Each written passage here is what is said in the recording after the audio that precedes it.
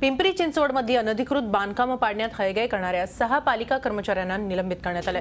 पालिका आयुक्त श्रीकर परदेशी यांनी ही कारवाई केली आहे। 31 मार्च 2012 नंतर झालेली ही बांधकाम आहेत। ज्या महापालिका अधिकाऱ्यांची अनधिकृत घरं आहेत त्यांनी स्वतःहून आधी ही घरं पाडावी असे आदेश आयुक्तांनी दिले होते। कारवाई न करणाऱ्या अधिकाऱ्यांवर कारवाई करून परदेशी यांनी पुन्हा एकदा आपल्या धडाकेबाज कार्यशैलीचं दर्शन घडवलंय।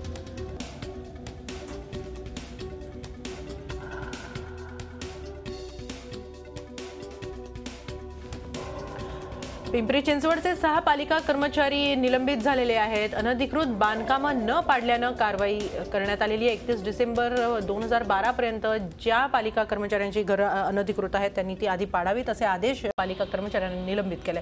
आपण याबाबत अधिक माहिती घेऊया आमचे प्रतिनिधी कैलास पुरी यांच्याकडून। कैलास, श्रीकर परदेशी आयुक्तांनी 6 पालिका कर्मचाऱ्यांना निलंबित केलेले आहे, काय नेमकं कारण आहे?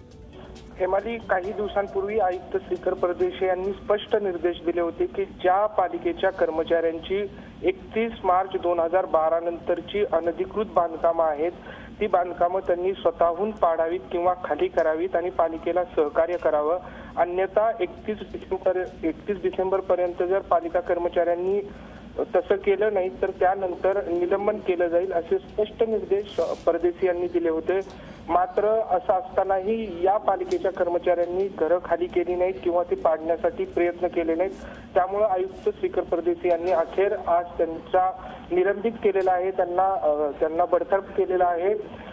आयुक्तांच्या आदेशानुसार काही कर्मचाऱ्यांनी जवळपास 14 कर्मचाऱ्यांनी स्वतःहून घरं जी आहेत ती खाली केलेली आहेत। काही जणांनी पालिकेला तशी माहिती दिलेली आहे। त्यामुळे 14 जे अधिकारी इतर अधिकारी आहेत पालिकेचे कर्मचारी अधिकारी त्यांच्यावर निलंबनाची कारवाई झालेली नाही। मात्र जे हे 6 कर्मचारी होते ज्यांनी आयुक्तांचे आदेश पाळले नाहीत त्यांच्यावर मात्र निलंबनाची कारवाई झालेली आहे। हेमंत, धन्यवाद कैलास पुरी आपण दिलेल्या या सगळ्या माहितीबद्दल। झी 24 तास एक पाऊल पुढे।